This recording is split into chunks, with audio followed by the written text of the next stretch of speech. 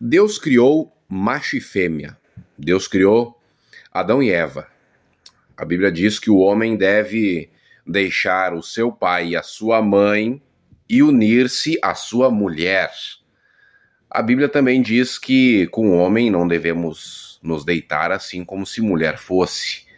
A Bíblia também diz que todo aquele que pratica muitos pecados, dentre eles a homossexualidade, aquele que tem sexo com pessoa do mesmo sexo, essa pessoa não herdará o reino de Deus. Contudo, os ativistas LGBTQIPNA+, e também algumas igrejas pseudo-cristãs progressistas querem nos fazer engolir a fórceps, goela abaixo, uma tese que de bíblica não tem nada. Tá bom? Dá uma olhadinha no que essa moça refere, tentando fazer um malabarismo teológico, bíblico-teológico, para tentar nos fazer acreditar conforme ela pensa.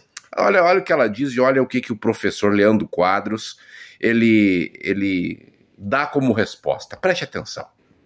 A parte da Bíblia que fala sobre homossexual foi editada e não existe na língua original. E hoje eu vou provar pra vocês. Vamos começar com o tão temido Levítico, capítulo 20, versículo 13, que todos os cristãos usam pra defender esse preconceito dele. Esse aqui é o capítulo original, escrito em hebraico. Esse versículo é traduzido na Bíblia em português como: se um homem se deita com outro homem, como se fosse uma mulher, ambos cometerão abominação. Só que nesses dois versículos, o que tem em comum no português? A palavra homem. E olhando aqui, pra você que não lê hebraico como eu, o que tem de aparentemente igual entre um e outro? Esse símbolo aqui, que eu trouxe até o fonema, é zakar, que seria traduzido para homem. E pra mostrar que essa palavra foi traduzida de forma errada em Levítico, vamos mostrar outra passagem. Dessa vez Gênesis capítulo 17, versículo 22. Traduzido como: e da vossa geração em diante, todo menino de 8 dias será circuncisado. E olha novamente a palavra que aparece aqui, exatamente o mesmo símbolo de Levítico. Por que em um versículo ele é traduzido como homem, e em outro versículo ele é traduzido como menino de 8 dias? Pra você poder usar de desculpa pro seu preconceito. Então não, os dois versículos de Levítico que você cristão usa pra proferir preconceito não falam sobre homossexuais, e sim sobre pedofilia.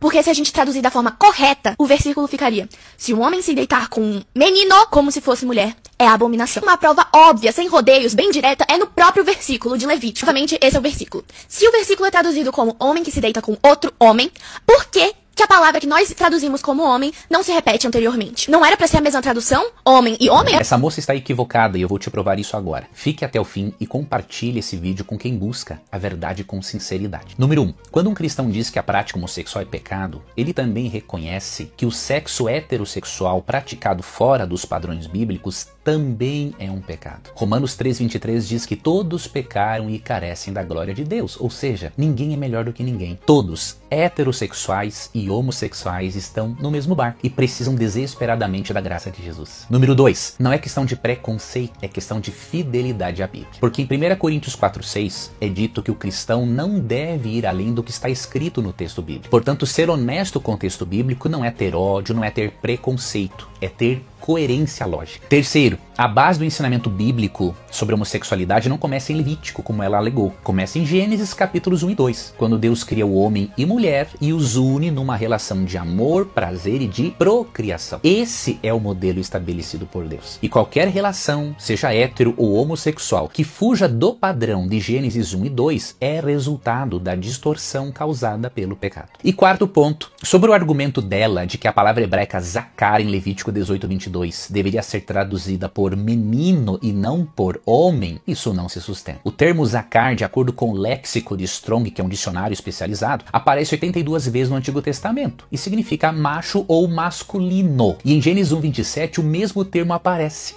E é usado para descrever o homem adulto que Deus criou para se relacionar com Eva. Se a interpretação dessa moça fosse correta, Deus teria em Gênesis 1:27 criado uma criança para se relacionar com Eva, ou seja, seria uma relação antes do pecado. Um absurdo. Zakar indica o sexo biológico masculino e não a idade. E Levítico 20:13, quando usam outro termo, o termo ishi, ele só reforça a existência de mais um termo para o homem adulto. Essa confusão só acontece quando alguém tenta forçar o texto a dizer o que ele nunca disse.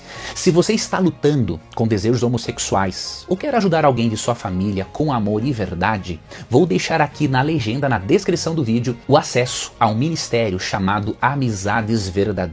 Procure esse ministério porque Deus os usará para ajudar você.